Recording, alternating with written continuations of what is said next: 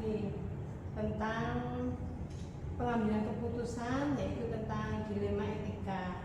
Mungkin kan Bu Umi sudah senior ya Bu, banyak sekali pengalaman yang pernah dialami ya. Jadi saya ingin sharing, Bu Umi bisa berbagi ilmu kepada saya.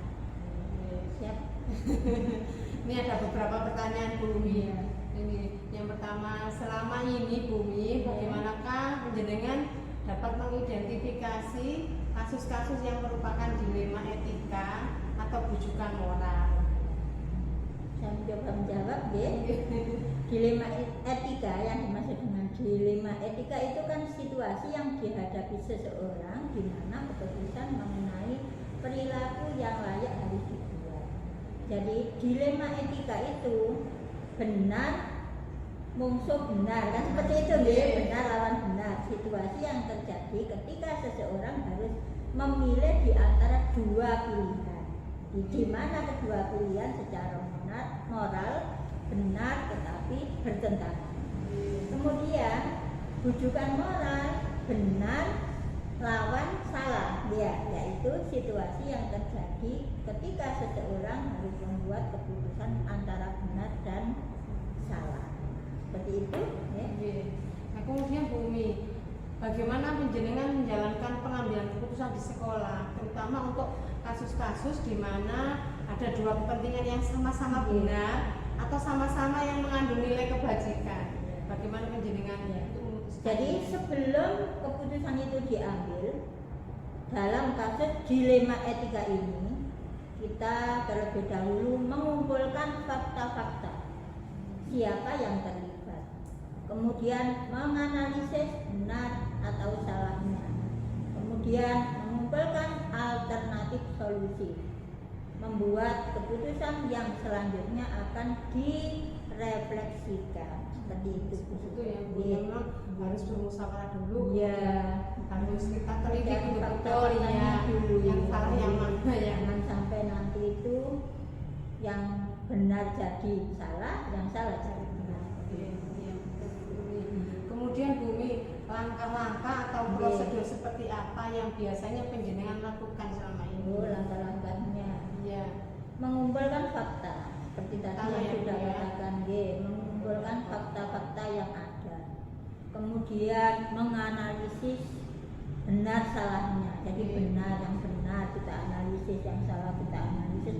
Kemudian mencari solusi alternatifnya. Seperti itu. Mencari solusi yang terbaik yang tidak akan merugikan satu sama yang lainnya. Kemudian Bu Umi, hal-hal apa saja yang selama ini panjenengan anggap efektif dalam pengambilan keputusan pada kasus-kasus dilema etika? Jadi menelaah siapa-siapa yang terlibat, sifatnya mendesak atau tidak. Kemudian mencari solusi. Jadi kita dahulukan dulu ke masalah yang mendesak. Jadi seperti itu, yang mendesak kita dahulukan. Yang urgen yang didahulukan yang mendesak. Yang mendesak tadi. Kemudian hal-hal apa yang selama ini merupakan tantangan dalam pengambilan keputusan pada kasus-kasus dilema etika yang pernah Bu Umi alami? Tantangan. Jadi tantangannya adalah tadi kan ada benar, ada salah. Jadi kita tantangannya itu mengutamakan nilai-nilai kebajikan. Seperti itu. Kemudian Bu Umi, apakah tidak ada tantangan selama ini? Tantangannya pasti ada. Ya, tadi ada yang menerima, ada yang tidak menerima, seperti itu. Pro dan kontra itu ya Bu Umi. Dan kontra. Jadi yang pro itu cepat menerima, yang kontra itu ya seperti kita alami selama ini, ya jadi lama perubahan. Nah, kemudian Bu Umi, apakah Bu Umi memiliki jadwal atau rencana tertentu dalam sebuah penyelesaian kasus dilema etika? Apakah Bu Umi langsung menyelesaikan di tempat waktu itu juga, saat itu juga, atau panjenengan memiliki rencana untuk menyelesaikan bentuk atau prosedur seperti apa yang panjenengan jalankan? Jadi selama ini kita langsung tangani, ya ini yang untuk yang bisa terselesaikan, yang tidak diselesaikan. Untuk yang tidak bisa, ya kita bermusyawarah dulu, kita musyawarahkan dulu dengan Bapak Ibu Dewan Guru yang ada di lembaga kita, seperti itu. Berarti tadi Bu, yang misalnya kasus yang bisa diselesaikan Ya. saat itu juga berarti harus diselesaikan saat itu juga. Diselesaikan biar tidak menjadi PR. Iya, betul. Kemudian kalau memang butuh penanganan yang serius, Iya. berarti butuh musyawarah dengan kata Iya, seperti kata tadi yang kita sampaikan. kita bermusyawarah dengan Bapak Ibu dulu. Kalau tidak bisa nanti dengan yang lain. Kemudian Bu Umi, biasanya adakah seseorang atau faktor yang selama ini mempermudah atau membantu panjenengan dalam pengambilan keputusan dalam kasus-kasus dilema etika? Oh ya, biasanya kita konsultasi. Pertama adalah dengan teman-teman kita sejawat, sesama kepala sekolah, ya. Kemudian kita dengan ini kalau terakhir ini kita dengan pimpinan kita, ke pengawas, Ya, pasti ada koordinasi ya Bu, Iya, ya, ada ada koordinasi dengan teman-teman sejawat kita, karena teman-teman itu kan ada yang lebih senior dari saya. Kali nanti kan, jadi kita kalau sering konsultasi maka suatu permasalahan akan lebih cepat terselesaikan. Iya, Bu. Kemudian Bu Umi, yang terakhir ini sepertinya dari semua hal yang telah panjenengan sampaikan, pembelajaran apa yang dapat Bu Umi petik dari pengalaman selama pengambilan keputusan dilema etika? Jadi kita bermanfaat untuk apa ya, menambah ilmu kan dia. Jadi kita menambah ilmu untuk semua warga sekolah, khususnya untuk semua peserta didik. Untuk dewan guru, anak-anak.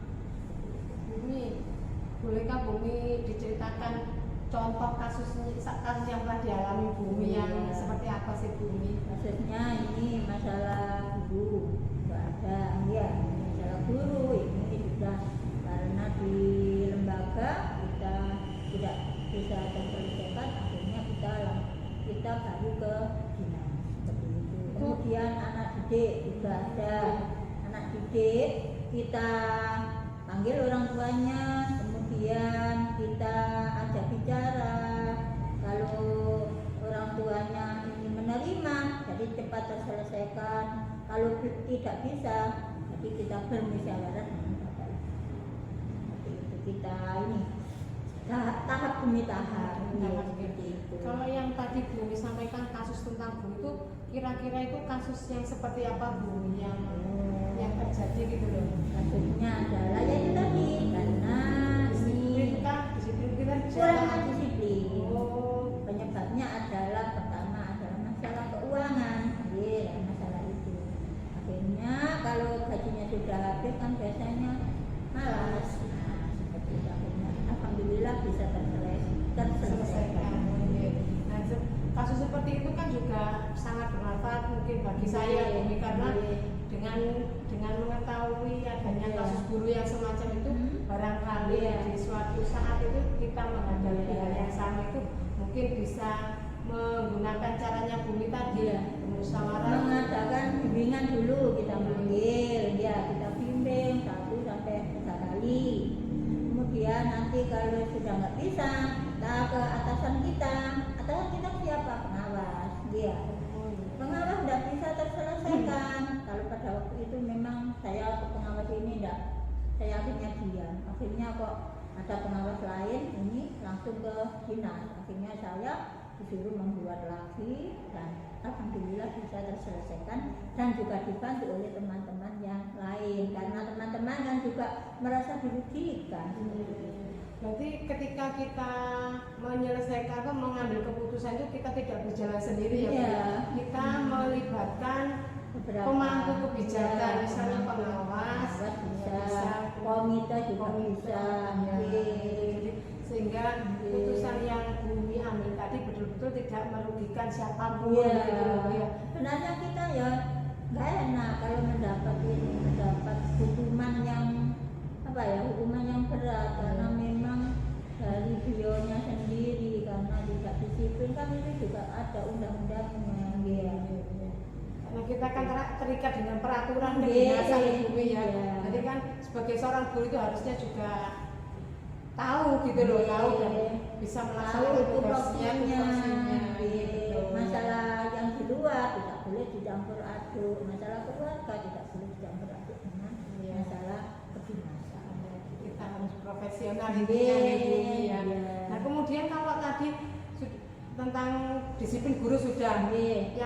yang murid tadi gitu, Iya. yang murid itu kira-kira apa itu kasusnya sampai sejauh mana Bu, seperti apa gitu loh Bu? Ya, ini masalah murid belum bisa terselesaikan. Oh, Belum bisa iya. karena ini kan masih kelas 1. Oh iya iya Masih iya. kelas 1 jadi Iya, belum. Iya iya iya. Masih dalam Ya, tahap terus terus. yang lain-lain itu sudah sampai orang tuanya akhirnya ada perubahan. Iya. Iya. Terima kasih Bumi, nggih. Apa pengalaman yang sangat berharga mungkin yang disampaikan Bumi tadi bisa saya ambil intisarinya untuk bisa dipelajari dan dikembangkan. Barangkali suatu saat itu saya mengalami hal serupa, mungkin tadi yang disampaikan penjelasan itu bisa jadi referensi. Jadi ketika mengambil keputusan itu kita tidak harus berjalan sendiri, tapi banyak yang harus dilibatkan. Guru-guru juga membutuhkan waktu. Terima kasih ya Bumi, ilmunya semoga Bumi Sama-sama. selalu sehat ya Bumi. Amin. Terima kasih Bermanfaat. Bumi. Nggih.